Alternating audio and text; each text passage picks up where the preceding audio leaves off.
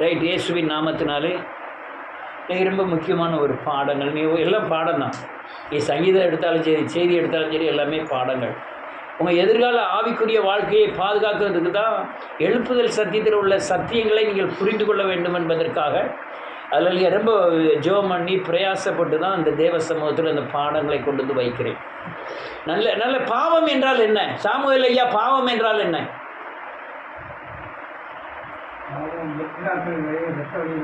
அது வர்ற வழி விடுங்க. பாவம் என்றால் என்ன? அது கண்ணுனால் செய்யறது பாவம். பிசாசின் கிரியைகளே பாவம். சொல்லுங்க. என்னது? அது நம்மளை செய்ய வைக்கும் போது நம்ம மூலமா பாவம் வெளிப்படுகிறது. அல்லேலூயா. பிசாசு என்ன கிரியை செய்யறான்? பரிசுத்தத்தின் கிரியை பிசாசு செய்ய மாட்டான். இந்த உலகம் பாவம் நிறைந்ததா? அல்ல. இந்த உலகம் பாவம் நிறைந்ததா? இல்லை. ஆனால் பிசாசு பாவம் செய்ய வைக்க ஆதாமை வஞ்சித்தபடினாலே, பூமி சபிக்கப்பட்டபடினாலே, மனுஷன் சபிக்கப்பட்டபடினாலே, பிசாசை கொண்டு அந்த சாபத்தின் தண்டனையை நிறைவேற்றுவதற்கு பாவத்தின் கிரியைகள் இந்த பூமியில பெருகியது. நான் சொல்லு, புரிஞ்சுதா? உனக்கு சாபம் இருக்கு, சாபத்துக்கு தண்டிக்கணும். இயேசுநாதர் நேர வந்து தண்டிக்கிறவர் அல்ல. அவர் என்ன செய்கிறாரு? உன்னை எங்க கொடுக்கிறாரு? பிசாசிட்ட கொடுக்காரு. அவன் பாவம் செய்ய வைத்து உங்களை அந்த சாபத்தின் தண்டனையை அவன் சுமக்க வைக்கிறான். அல்லேலூயா. அப்போ பாவம் என்பது இந்த பூமிக்குரியது அல்ல. பாவம் என்பது பிசாசின் கிரியைகளில் ஒன்று. இந்த பாவத்தின் தன்மை வருவது அல்லையா? பாவத்தின் ஆதாம் இயேசுவை போல படைக்கப்பட்டான். அவன் நன்றியோடு கூட துதிக்கிறேன். அவன் பாவம் செய்வதற்கு பிசாசு அவனை வஞ்சித்தபடினாலே அவன் பாவம் செய்து உலகம் மனுஷன் எல்லாம் சாபத்திற்கு உட்பட்டார்கள். அல்லேலூயா. இதெல்லாம் நீ 3வது அதிகாரத்தில் வாசிக்கலாம். 3வது அதிகாரத்தில் இந்த அந்த பாவம் எப்படி வருதுன்னா, அந்த பயங்கரமான ஈர்ப்பு சக்தி உடையது. பாவம் எப்படி? குவார்டர் வைக்க 180 ரூபாயா? 170 எவ்வளோயா குவார்டரு? குவார்டர் எவ்வளவு? தெரியாம இல்லை, அதான் தெரியாம இருக்குது. ரொம்ப நல்லது. குவார்டர் 200 ரூபான்னு வச்சுக்கிடுங்களேன். 1 லிட்டர் பால் எவ்வளவு?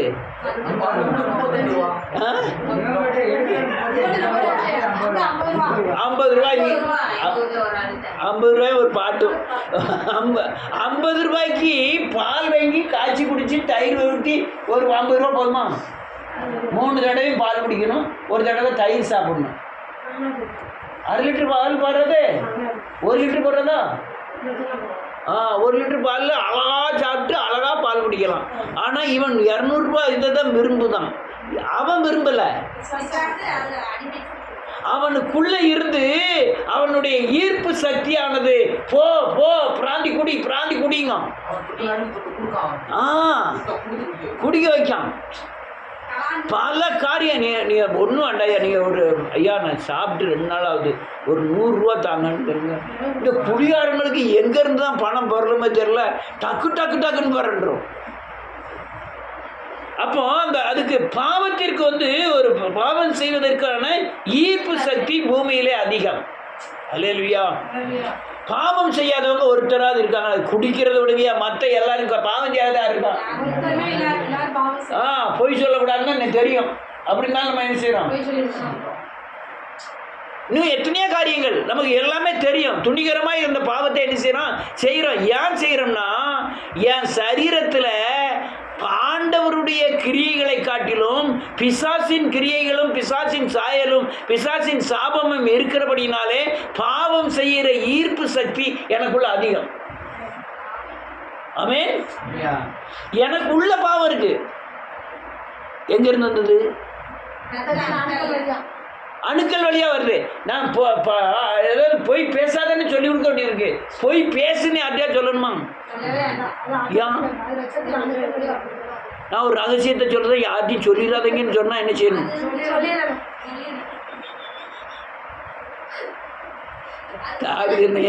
கீழே பக்கம்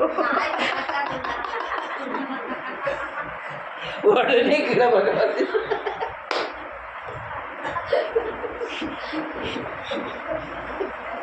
இது என்ன பாவம்? அல்லது என்னது பாவம்? ஒன்றும் வேண்டாம். அல்லது ஒரு ஆளை தரைக்குறைவாக பேசக்கூடாது, ஆளை குற்றவாளியாக தீர்க்கக்கூடாது, ஆளை மேன்மையாக நினைன்னு சொல்லுது. யார் நினைக்கா?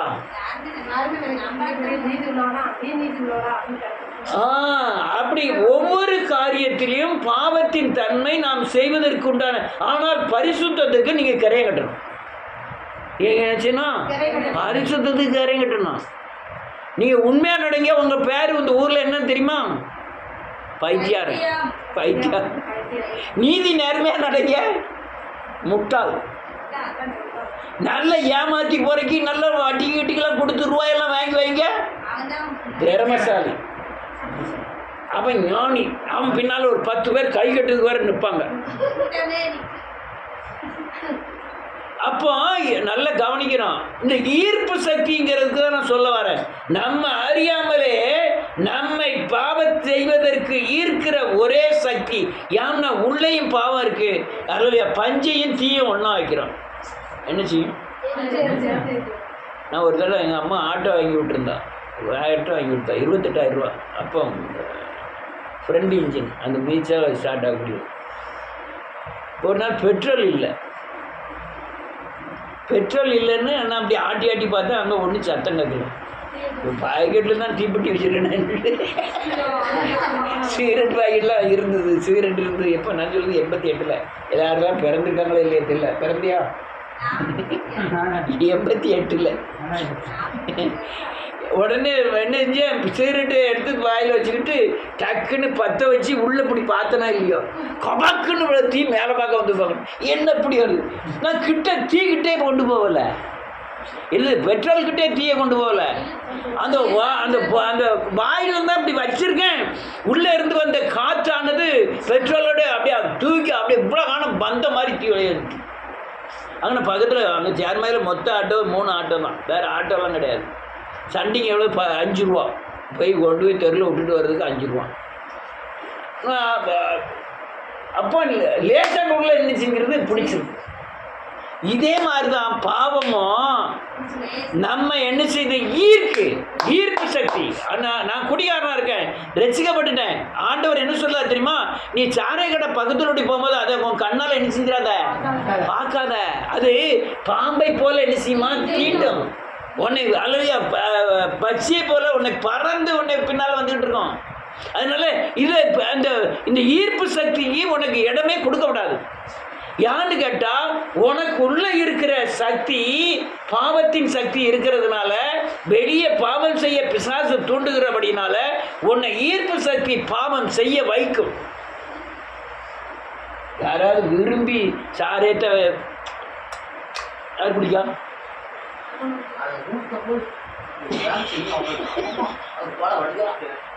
அது வச்சுக்கிட்டு சில ஆட்களை பார்த்துடும். வெறுப்பதான் குடிக்கும் சாரை குடிக்கும்போது. ஆனால் 2 கிளாஸ் போட்ட பிறகு எத்தனை நாளும் கடன்னு ஊற்றிக்கிட்டே இருப்பான். ஹல்லேலூயா. நல்லா கவனிக்கணும். இந்த ஈர்ப்பு சக்தியை தான் நான் சொல்ல வரேன்.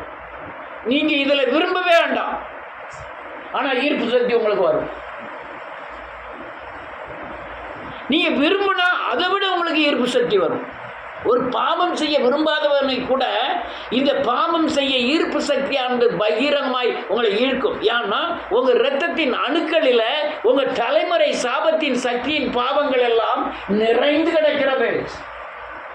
அது எந்த வழியாய் நிறைந்து கிடக்குன்னா குணத்தின் வழியாய் வெளிப்படக்கூடிய தன்மையில் உங்கள் இரத்தத்தில் அணுக்கள்ல இந்த பாவம் நிறைந்து இருக்கிறது. பாவம் எங்க இருக்கு? அணுக்கல்ல இருக்கு. அது நிறைந்து இருதயத்தின் யோசனையில வெளிப்படுது. இரத்தத்தின் அணுக்கல்ல இருக்கிறது, இருதயத்தின் யோசனையில வெளிப்பட்டு இது உள்ள இருந்து நான் பாவம் இருக்கன்னு சொல்லுது இருதயம். பிசாசு என்ன சொல்லுது? வான்னு அங்க வெளியே இருந்து கூப்பிடுறான். இதுக்கு பாவம் செய்ய வைக்கிற வழி கண். இது ஆமென். இதுக்காக வேண்டிதான் நான் அநேக நேரம் சொல்லும், பெண்ணும் ஆணும் கண்ணை பார்த்து பேசாதீங்க. எழுத்த வீட்டுக்காரியா பக்கத்து வீட்டுக்காரியா கண்ணை பார்த்து பேசாதீங்க. புருஷனை தவிர நீ யாரையும் கண்ணை பார்த்து பேசக்கூடாது. கண்ணை பார்த்து பேசினா என்ன ஆகும்? பிசாசு உங்களுக்குள்ள நுழைஞ்சிருவான். அல்லேலூயா. நீங்க ஏற்றப்பட்டு கடைக்கு போறீங்க, கோவப்படுதான், நீங்க கோவப்படும்போது கண்ணை பாருங்க. நீங்க அவன் கண்ணை பார்த்து பேச, அவன் உங்க கண்ணை பார்த்து வந்துடும் பிரச்சனை. நீங்க வந்து கீழே குடிச்சிட்டே 2 வார்த்தை சொல்லிட்டு வந்துடும், உங்களுக்கு ஒன்றும் பிரச்சனை இல்லை. மறைக்கிறது வந்து நமக்குள்ள என்னத்தை உண்டாக்கும் தெரியுமா? கோபத்தை. சிரிச்சுக்கிட்டே சொன்னான்னு சொல்லுவான், பரவாயில்ல கூட 2 வார்த்தையாக பேசிட்டு வருவோம். இவன் கோபமும் சிரிப்பும் எங்க இருக்கு? வெளியே கண்ணுனால பார்க்கிற தன்மையில தான் இருக்கு. அல்லேலூயா. நல்ல சிரிச்சுக்கிட்டே பாடம் சொல்லி கொடுக்குற டீச்சர் வந்து நல்ல பாடங்களை பூரா சொல்லி கொடுத்துருவாங்க. கோபப்படுத வாத்தியார் இருக்காரு, டீச்சர் இருக்காங்கள. நான் ஒரு தடவை எங்கள் ஸ்கூலில் 10th படிக்கும்போது அந்த டீச்சர் பேர் பாலம்மாள். நம்மளை கண்டி கொண்டு இருப்பாங்க, கண்ணாடி போட்டிருப்பாங்க, இந்த புக்கெல்லாம் வச்சுக்கிட்டு வருவாங்க. ஒவ்வொரு டீச்சருக்கும் ஒவ்வொரு பேர் வைப்போம். இந்த டீச்சர் பேர் நான் டக்குன்னு சொல்லிட்டேன், மில்க் மதர் போகிறாங்க அப்படின்ட்டேன். மில்க் மதர்னாலும் பாலம்மானாலும் வந்தாங்க பார்க்கணும். ஏழை சிவசுப்ரமணியனுக்கு வாடினாங்க, ஒரு வட்டம் போட்டாங்க சாக்பீஸ் வச்சு. நான் அடிப்பேன், வட்டத்தை விட்டு வெளியே போனால் கூட 2 அடி அடிட்டாங்க. எப்படி அடி? அவன் கை வலிக்க தண்ணி அடிக்க தான் போகிறான். நான் ஓடினேன்னா அடிக்க தான் போகிறேன். கொண்டுட்டாங்க அடி. அல்லேலூயா. நல்ல கழுதை. நீங்கள் நன்மை செய்வதை காட்டிலும் தீன்மை செய்யவும், அல்லேலூயா அல்லேலூயா, பரிசுத்தத்தை விரும்புவதை காட்டிலும் அசுத்தத்தை விரும்புவதும், நன்மையை அல்லேலூயா உலகத்தின் மேன்மையை விட சிறுமையை விரும்புவதும் உங்களுக்கு அதிகமாக ஈர்ப்பு சக்தி தீமையில தான் அதிகமாக இருக்கும். ஆமென். தீமையில் இருக்கா நன்மையில் இருக்கா? அதிகமான ஈர்ப்பு சக்தி இருக்கும். இது கண் வழியாக இருக்கும். கண் கெட்டதா இருந்தால் வாசிப்போமே, ஒரு வசனத்தை வாசிப்போம். ஆதியாகமத்தின் புத்தகம் 3வது அதிகாரம்.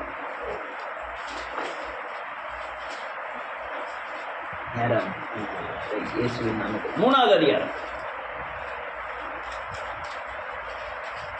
செல்லில் தூங்கிடப்படாது. யாராவது செல்லில் வாசிக்க பார்ப்போம். 3வது அதிகாரம் 1லேருந்து 3 வசனம்.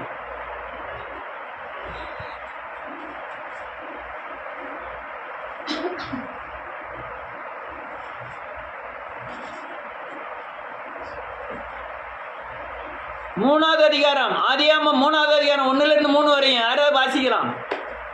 தேவனாகிய கர்த்தர் உண்டாக்கின சகல காட்டு ஜீவன்களை பார்க்கிறோம். ஆமென். தந்திரமுள்ளதா இருந்தது.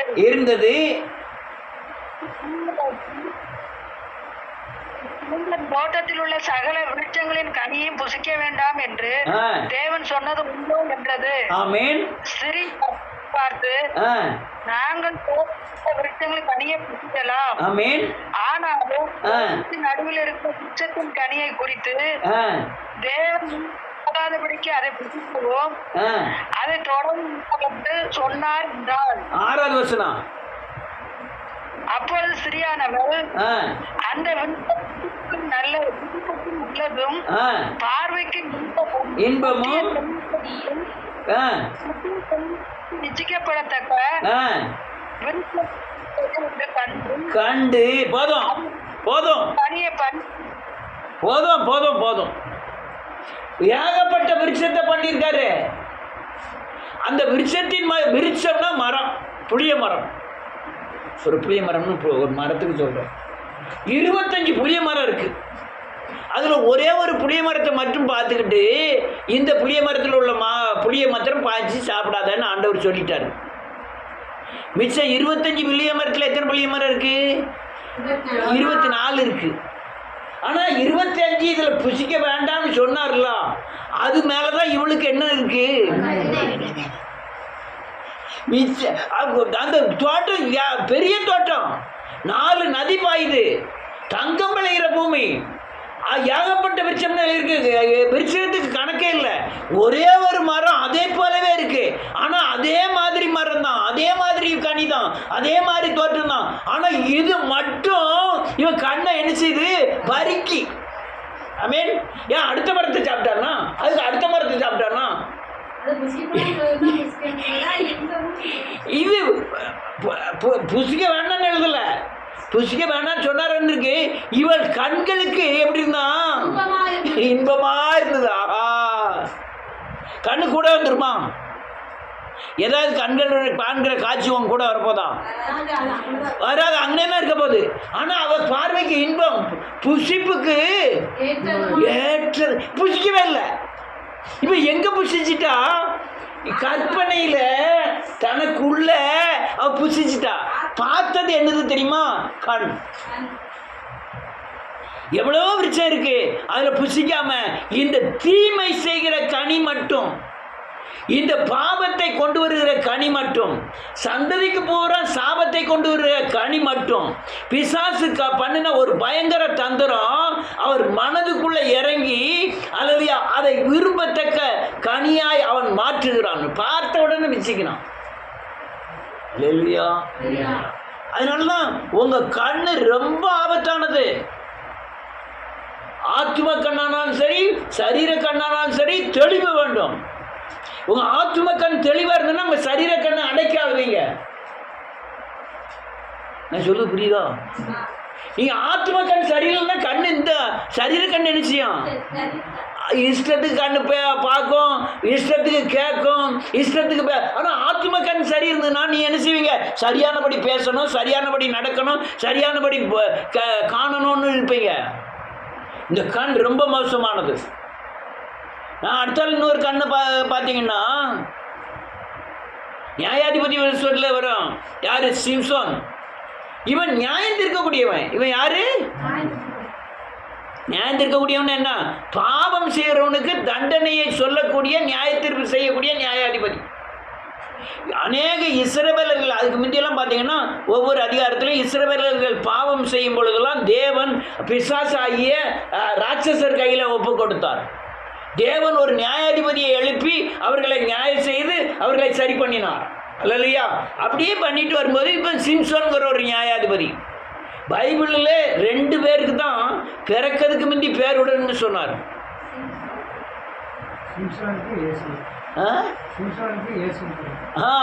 பிறக்கிறதுக்கு முந்தி நீ சிம்சன் என்று பெயரிடுவாயாக, நீ இயேசு என்று அவர் பாவங்களை நீக்கி.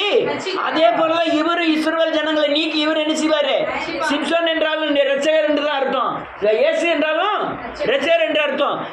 அதுல பிறக்கிறதுக்கு முந்தைய பேர் விட்டு மனுஷன் பிறக்கும் போதே நஸ்ரனையா பிறந்தவன், திராட்சரசம் பருகாதவன், அல்லையா நஸ்ரனையா தலைமுடியை சேவிக்காம இருக்கிறவன், சேவ் பண்ணாதவன் இருக்கிறவன். ஆனால் அவன் கண்ணு எப்படி பிசாசு பார்க்குறான், இவனை எப்படியாவது ஓச்சிடணும் அப்படின்னா அப்பமே இவன் கண்ணை கெடுத்துடணும். கண்ணை கெடுக்கணும், குத்தி கெடுக்கிறதுலாம் இல்லை, கண்ணை தெளிவில்லாம ஆக்கணும், பாவம் செய்ய வைக்கணும், மறைக்கணும். மாம்ச கண்ணை என்ன செஞ்சிடணும்? திறக்கணும். இவன் ஆவி கரெக்டா சொன்னான். ஆவிக்குரிய கண்ணை மூட வச்சு மாம்ச கண்ணை என்ன செய்ய வச்சுட்டான்? திறக்க வச்சுட்டான்.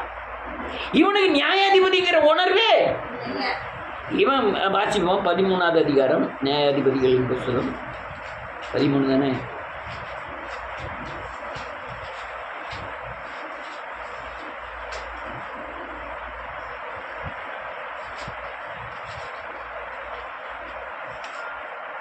வாசிங்க. 16:1.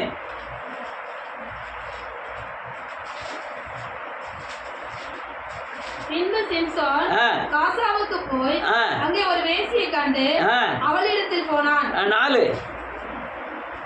அதற்கு பின்பு அவன்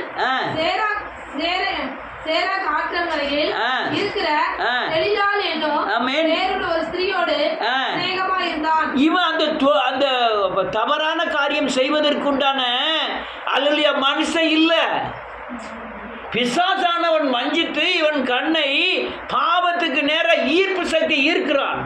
இவன் சரீர கண்ணையும் கெடுக்கணும், ஆவிக்குரிய கண்ணையும் கெடுக்கணும். நல்லா சொன்னான் அலெக்ஸ். நல்ல கழுதை என்னுடைய ஆவிக்குரிய கண்ணை கெடுக்க வேண்டுமானால் சொல்லு. ஏன் சரீர கண்ணை தீட்டுப்படுத்த வேண்டும். என்ன அர்த்தம்? என் சரீர கண்ணை தீட்டுப்படுத்தினா என் ஆவிக்குரிய கண் என்ன ஆயிரும்? குருடாயிரும். நான் ஆட்டோமேட்டிக்கா பாவம் செய்ய ஆரம்பிச்சிருவேன். இது பரிசுத்தமா இருந்தா ஆத்தும கண்ணு எப்படி இருக்கும்? இப்ப இவன் என்ன பண்ணிட்டான்? நியாயாதிபதி. இவன் நியாயாதிபதி வந்து எங்க போனாலும் ஒரு பொண்ணை பார்க்க ஆரம்பிச்சிட்டான். தேவனுக்கு விரோதமான பகை என்ன தெரியுமா? விக்கிரகாராதனை வேசித்தனத்தை விட்டு விலகி ஓடுனாரு. அது எதிர்த்து நிலுங்க, உங்களை விட்டு ஓடிக்கொண்டு சொல்லல. அதை கண்டு நீ என்ன செஞ்சிரு? ஓடிரு. ஆனால் இவன் பிசாசு பண்ண ஒரு பயங்கரமான ஈர்ப்பு சக்தி இவன் கண்ணில் இருந்ததுனால காசாக்கு போனாலும் ஒருத்தி, சேராக்கு போனாலும் ஒருத்தி. இல்லையா? என்ன ஆச்சு பாருங்க.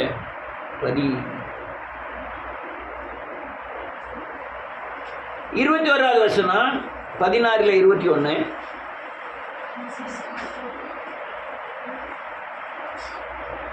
பெலிஸ்தர் அவனை பிடித்து அவன் கண்களை பிடுங்கி அவனை காசாவுக்கு கொண்டு போய் அவனுக்கு 2 வெண்கல விலங்கு போட்டு சிறைச்சாலையிலே மாவரைத்துக் கொண்டிருக்க வைத்தான். ஆமென். போதும். 2 கண்ணையும் குத்திட்டான். இப்ப கண்ணை குத்துன உடனே அல்லேலூயா வேடிக்கை பொருளா ஆயிட்டோம். நீங்க ஆவிக்குரிய கண்ணெல்லாம் குத்தப்பட்டுன்னு வச்சு விடுவோம். அநேகர் மத்தியில் வேடிக்கை ஆயிடுவீங்க. இப்போ நான் பார்ப்பேன், நீங்கள் பேசுவீங்க, நீங்கள் கண் குத்தப்பட்டிருந்ததுன்னா என்ன ஆராதனை. யாசினாதர் எனக்கு ஒன்றுமே செய்யலை. என்ன போய் என்னத்தை கண்டான்? கண்ணனை செஞ்சுட்டு இவன் மாமரைக்க போறோம்னு அர்த்தம். ஆவிக்குரிய கண்ணு குருடானவனே தேவனுடைய கிரியைகள், தேவன் செய்த அநேக நன்மைகள் எல்லாமே மறந்து போவோம். இவன் சிம்சோனா பார்க்கல, ஈர்ப்பு சக்தி அவனை ஈர்க்கு. யாக்கோப்பு போறான், ஈசாக்கு கூப்பிட்டு சொல்ல, யாக்கோப்பே நீ கானானிய பெண்ணெல்லாம் ஒன்றி என்ன செஞ்சிடாத, கெட்டிடாத. நீ கெட்டுது யாரு? நம்ம யூத ஜனங்கள் தான் கெட்டணும்.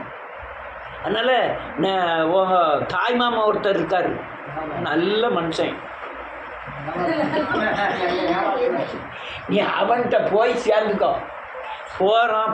போன உடனே கண்ணுக்கு இனிமையானவள் முதல்ல வரான். ஆனால் தேவத்திட்ட யார் மேலே இல்லை? ராகேல் மேலே இல்லை, லேயால் மேலே தான் இருக்கு. இவனை பார்த்த உடனே செத்துட்டான். யாரு? யாக்கோபு கண்ணை குத்தணும்.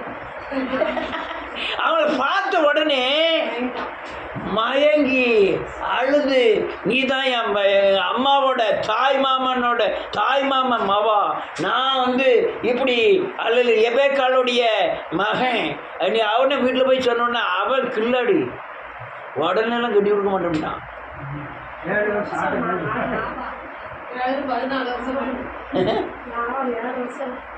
அதில் என்ன எழுதிட்டு பாருங்க, அது என்ன இருக்குன்னு தெரியல.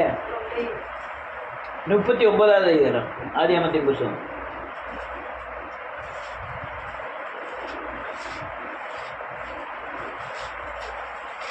ஒன்று 2 3 4.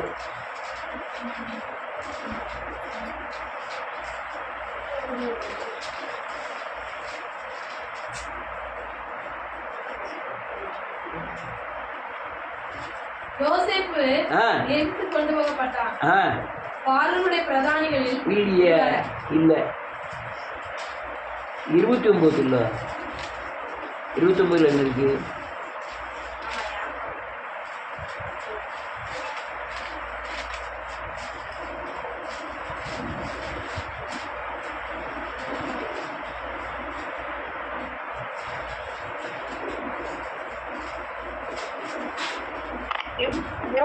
அதிகாரம்ல ஆதியாகமம் 29 பிரயாணம் பண்ணி தேசத்தில் போய் சேர்ந்தாங்க தானே?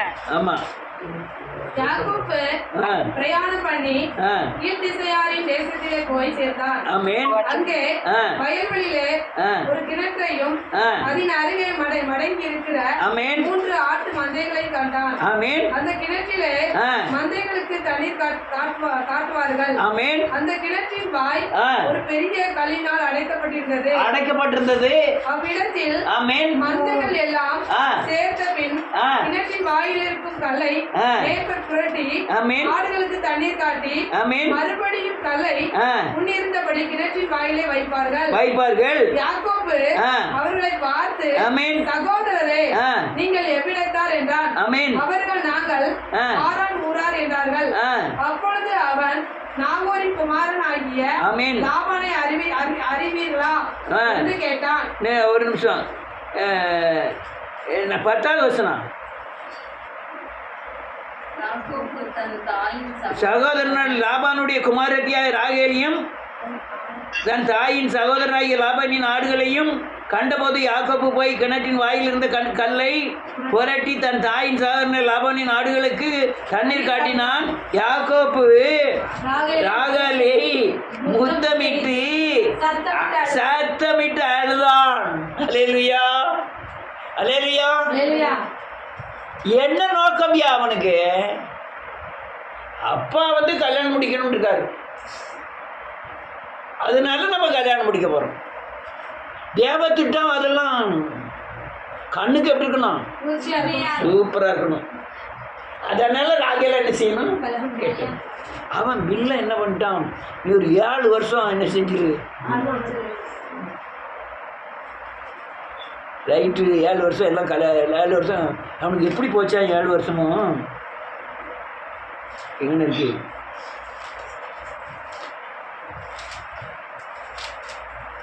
தியாடிகள் வீட்டிலேயே பெரிய ஜென்மம் இருக்கு.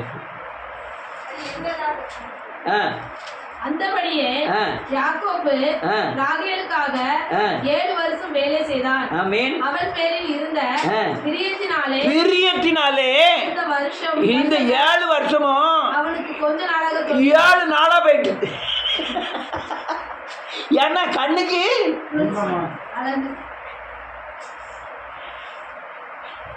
தேவ திட்டம். யூதா எங்க இருந்து பிறக்கணும்? லேயாள்கிட்ட இருந்து பிறக்கணும். யோசேப்பு இருந்தா அது ஒரு பகுதி. ஆனா நமக்கு 12 கோத்திரத்துல யார் முக்கியம்? யூதா முக்கியம், இயேசு தான் முக்கியம். இயேசு பிறக்கிறது யாரு வயிற்றுல இருந்து பிறக்க வேண்டியிருக்கு? யூதா வயிற்றுல இருந்து. அப்ப யூதா பிறக்கக்கூடிய ஆளை இவன் என்ன செஞ்சிருக்கணும்? கல்யாணம் முடிச்சிருக்கணும். அதான் தேவ திட்டம். ஆனா இவனுடைய நிலைமை என்ன? கண்ணுக்கு இனிமையா இருக்கா, ராகேல பெற்று கட்டுறோம்னு நினைச்சிட்டான். அவர் ஆண்டவரை பாருங்க, 31வது வசனம், 29, 31. லேயாள் அற்பமாய் எண்ணப்பட்டாள் என்று கண்டு கற்பம் தரிக்கும்படி செய்தார். ராகேலோ மலடியா இருந்தார். லேயாள் கர்ப்பவதியாகி ஆமென் குமாரனை பெற்று கர்த்தர் என் சிறுமியை பார்த்தார். ஆமென். இப்பொழுது என் புருஷன் நேசிப்பார் என்று சொல்லி ரூபன் என்று பெயரிட்டார். ஆமென். போதும். முதல்ல இப்ப யார் மேல இறக்கமா இருக்காரு கர்த்தர்? யாரு பலவீனம், யாரு அற்பமாய் காணப்படுகிறா, யார் இல்லாம இருக்கிறா.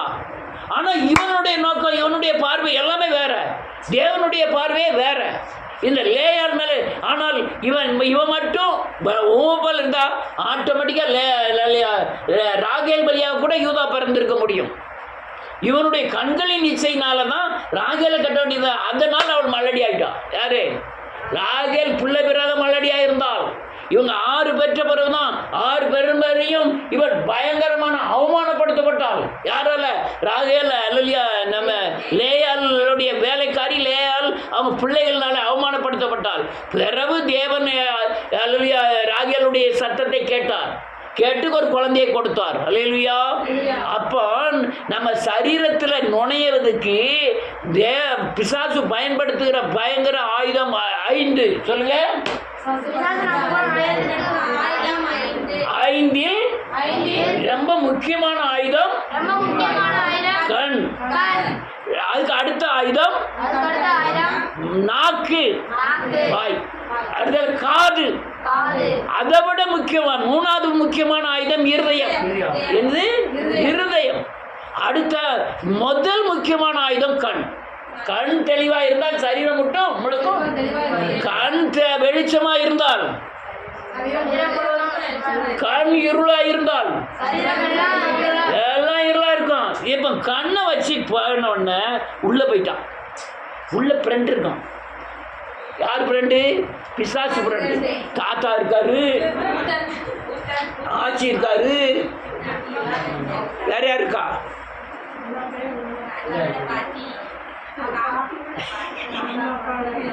ஆச்சி, தாத்தா, அப்பா, மாமா. மாமா கிடையாது, எல்லாம் தாத்தா, ஆச்சி, பூட்டம் பூட்டி எல்லாம் உள்ள இருக்காங்க. அவங்க என்னத்தை வச்சுக்கிட்டு இருக்காங்க? அவங்க செஞ்ச பாவத்தின் குணநலங்களை வச்சுக்கிட்டு உள்ள உட்காந்துக்கிட்டு இருக்காங்க. அவங்க இதை எங்கேயாவது தட்டிடணுமே கக்கிடணுமேன்னு சொல்லி எதிர்பார்த்துக்கிட்டு இருக்காங்க. இவன் பிசாசானவனுக்கு தெரியுது உள்ள யார் இருக்கா? தாத்தா இருக்கா, தாத்தாவுடைய குணம் இருக்கு. இதை வச்சு இவனை ஜாலியை முடிச்சிடலாம். அப்போ நம்ம போகிறதுக்கு ஒரே ஒரு வழி தேவை.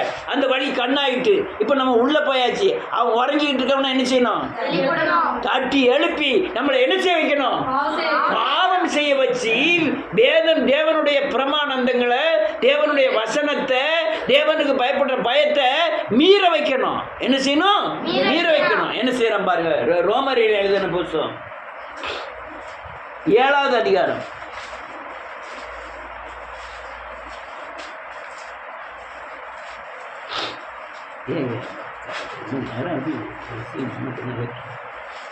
ரோமர் 7வது அதிகாரம் 17வது வசனத்திலிருந்து வாசிக்கலாம். ஆதலால் நான் அல்ல. அது எங்க இருந்துயா வந்தது? நம்ம தாத்தா பூட்டன்ல இருந்து வந்த பாவம். அடுத்தால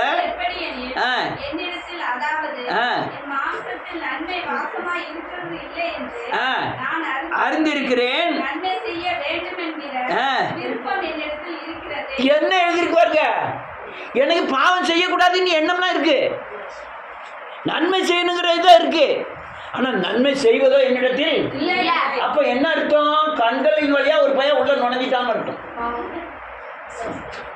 எனக்கு உள்ள இருக்குது என்னது? எனக்குள்ள பாவம் இருக்கு, ஆனா நன்மை செய்யுங்கிற எண்ணம் இருக்கு. பாவம் செய்யறதுக்கு நான் பயப்படுதேன். ஆனா இவன் நுழைஞ்ச பிறகு எனக்கு தைரியம் உண்டாகணும். எனக்கு ஒரு சப்போர்ட்டுக்கு ஒரு ஆள் யாரு கிடைச்சிட்டா? அடுத்தால ஆதலால் ஆமென் ஆமென். நன்மை இருக்கு, நன்மை துரத்துக்கு வச்சுட்டு நான் என்னத்தை செய்றேன்? தீமை செய்றியா? நான் அல்ல, என்னை ஆட்டி படைக்கிற ஒரு சக்தி எனக்குள்ள வந்துட்டு. எது வழியா வந்தது? அடுத்தால ஆமென். நான் அல்ல, வாசமா இருக்கிற. ஆமென். நான் எனக்கு விருப்பமே கிடையாது ஐயா, விரும்பவே இல்லை. நான் செய்ய விரும்ப நன்மை தான் விரும்புகிறேன். ஆனால் நன்மை செய்வது என்கிட்ட இருந்தும் நான் என்ன செஞ்சுட்டு இருக்கேன்? தீமை செய்கிறேன். வேற ஒரு பிரமாணம் ஆளுகை செய்கிறான். ஆளுகை என்ன அர்த்தம்? அடக்கி ஆளுது, அடிமைப்படுத்துது. ஆளுதுன்னா அர்த்தம் என்னுடைய செயல்களை அவன் மட்டுப்படுத்தி அவனுடைய செயல்களை எனக்கு என்ன செய்தான்? செய்ய வைக்கிறான். ஆமென். செல்லு பார்க்கும்போது நல்லதாக இருக்குது. அப்பா வந்துட்டுனா அப்பா அம்மா வந்துட்டு நம்ம ஒழிச்சு சொல்லணும். அவன் போனவளான்னு பார்த்துட்டு டப்புன்னு நினச்சிக்கணும். அது தள்ள தள்ள வந்துக்கிட்டே இருக்கு.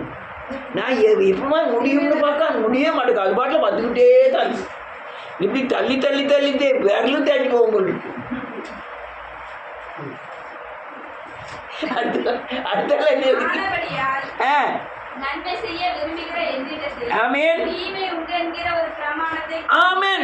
என்ன எழுதுப்பா? பிரமாணமாவே மாத்திட்டான். பிரமாணம்னா என்னது? சட்டம். நான் ஒரு லேசா உள்ள நுழைஞ்சவன், என்னை அடக்கி ஆண்டவன், அது ஒரு சட்டமாவே மாத்துறான். என்ன சட்டமா மாத்துறான்?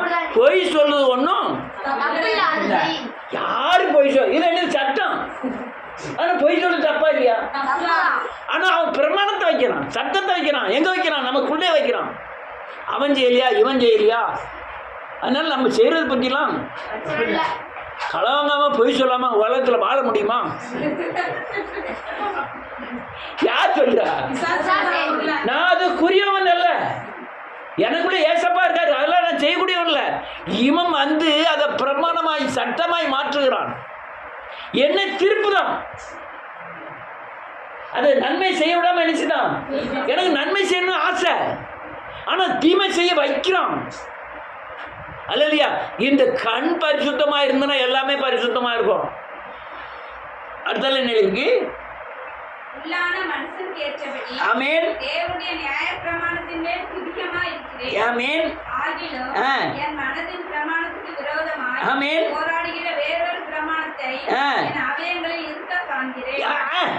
இப்ப இருதயத்துல ஆத்மாவில் இருந்த சட்டம் அவயங்களுக்கு உள்ளெல்லாம் போயிட்டு என் கண்ட்ரோலுக்கு இருந்ததுன்னா இருதயத்தில் இருக்கும். இருதயத்தில் இருந்தால் என்ன எப்படி இருக்கும்? கண்ட்ரோல். ஆனால் அவயத்துக்கு போனால் அது கண்ட்ரோலில் என்ன செய்யாது? இருக்காது. அது பாட்டில் ஆட்டோமேட்டிக்காக கால் நடக்கும், கை நடக்கும், அது பாட்டில் பிரமாணம் செஞ்சுக்கிட்டே இருக்கும். அல்லேலூயா. இது கண்களினால் வந்த பிரமாணங்கள், கண்களினால் வந்த ஆளுகை, கண்களினால் வந்த அடிமைப்படுத்துகிற ஒரு பயங்கரமான சக்தி. குடிக்கிறவன் குடிக்காம இருக்க முடியாது. ஒரு பீடி குடிக்கிறவன் பீடி சிகரெட் குடிக்காம இருக்க முடியாது. அதே மாதிரி தான் பொய் சொல்லுகிறோம், பொய் சொல்லாம இருக்கவே முடியாது. அது பாட்டு ஆட்டோமேட்டிக்காக வாயிலிருந்து வந்துக்கிட்டே தான் இருக்கும். கெட்ட வார்த்தை சொல்லாமல் இருக்கவே. சில ஆட்களை பார்த்துருக்காங்க, பேசிக்கிட்டு இருக்கும்போதே கெட்ட வார்த்தை, 2 கெட்ட வார்த்தை அது பாட்டில் உள்ள உடையில வந்து துள்ளி போகும். அது பாட்டில் விடுவிடு கணை கடந்து ஓடும். ஏந்த மனுஷானி அப்படி துதிக்கெல்லாம் செஞ்சார இந்த கெட்ட வார்த்தை கிடையாது, ஊடி ஊடி ஓடுதேன்னு பார்ப்பேன். இது எங்க இருக்கு? ஆனா அவருக்கே தப்புன்னு தெரியல. ஆனா அதுக்குண்டான உணர்வும் இல்லை. ஆனா உணர்வு முதல்ல இருந்திருக்கும். முதல்ல என்ன செஞ்சிருக்கோம்? முதல்ல என்ன, ஐயோ சே நம்ம ஊடையில் இந்த வார்த்தையே அது ஊழியக்காரர் இருக்கும்போது பேசிட்டோமே அப்படின்லாம் நினைக்க தோணும். கொஞ்சம் நாள் ஆகிட்டு வச்சு விடுவோம். அது ஆட்டோமேட்டிக்காக ஊழியக்காரர் அது ஒன்றாவது. யாசுநாதர் கூட பேசும்போதே ஜெபத்திலே 2 வார்த்தை கெட்ட வார்த்தையை விட்டு ஜெபம் பண்ணிக்கிட வேண்டிதான். இது என்ன? யார் ஆளுக? பிசாசின் ஆளுக. முதல்ல செய்யும்போது உணர்வு விட்டுவான், அடுத்தால செய்ய செய்ய மறந்து போகும். அதுக்கப்புறம் ஒன்றும் பிரச்சனை கிடையாது. ஏன்னா உங்கள் அபயங்களுக்குள்ளெல்லாம் அது ஊடுருவ ஆரம்பிச்சுட்டு. ஆமென். கண் சரியா இருந்ததுன்னா உங்க சரீரம் கனி கொடுக்கிறதாய், வெளிச்சமாய், அல்லலையா உலகத்துக்கு ஒளியாய், அல்லலையா உலகத்துக்கு உப்பாய் மாறுவீர்கள். கண் சரியில்லைன்னா எல்லாமே மாட்டிடும், எல்லாமே தலைகீழாயிரும். முதல்ல இந்த கண்ணு வழியா போய் உள்ள இருக்க ஆத்ம கண்ணை என்ன செஞ்சிருவான்? குத்திடுவான். ஆமென். அவன் அப்படிதான் செஞ்சுட்டான். மாவாட்ட விட்டுருக்கான். யார் தெரியுமா? அவன் சிங்கத்தை ஆட்டுக்குட்டிய மாதிரி கிழிச்சு போட்டவன். யார் தெரியுமா? பெரிய கதவை மலையில சுமந்து கொண்டு போய் போட்டவன். யார் தெரியுமா? 300 நரியை பிடிச்சி, ஒரே ஒரு நரியை பிடிங்கவான். எல்லா மிருகத்தோட நரி வந்து எப்படி உள்ளதான்? தந்திரம் உள்ளது. 300 நரியை பிடிச்சிட்டான். ஒரே நாளில் தாடை எலும்பை எடுத்து 1000 பேரை கொண்டு போட்டான். ஒரு எலும்பை வச்சுக்கிட்டு. அப்படிப்பட்ட மனுஷன் இப்போ என்ன ஆகிட்டு? கண்ணை குத்தி வேடிக்கை பொருளாக மாறிட்டான். எல்லாரும் கிண்டல் பண்ணக்கூடிய அளவுக்கு ஆகிட்டான். அல்லேலூயா. இந்த கண் அந்த சரீரத்தில் அடிமைப்படுத்துகிற ஒரு பயங்கர சக்தி கண்ணின் வழியாக தான் வரும். வாயெல்லாம் அடுத்த பகுதி, வாயெல்லாம் கூட நீங்கள் கண்ட்ரோல் பண்ணுவீங்க, கண்ணை கண்ட்ரோல் பண்ண முடியாது. இப்போ வாயை கண்ட்ரோல் பண்ணிடலாம், கண்ணை நிச்சய முடியாது, கண்ட்ரோல் பண்ணவே முடியாது. அல்லேலூயா. இன்னொரு வசனத்தை, அதே வசனத்தை இன்னொரு வசனத்தை வாசிப்போம். ரைட்டு. இதை எப்படி சென்ட் பண்ண முடிச்சிட்டேன், டைம் வேறு ஓவர் ஆகிட்டு.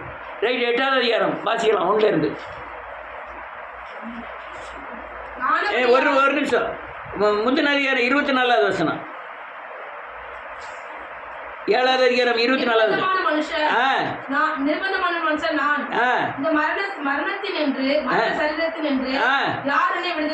இவன் கதற ஆரம்பிச்சிட்டான். என்னுடைய சூழ்நிலை தெரிய ஆரம்பிச்சுட்டு, என்னுடைய கண்கள் வழியா போன அந்த பிசாசின் ஆதிக்கம் என் சரீரத்தை, என் அவயவங்களை கண்ட்ரோல் பண்ணி அது பிரமாணங்களை எனக்குள் வைத்து என்னை ஆளுகை செய்ய ஆரம்பிச்சுட்டு.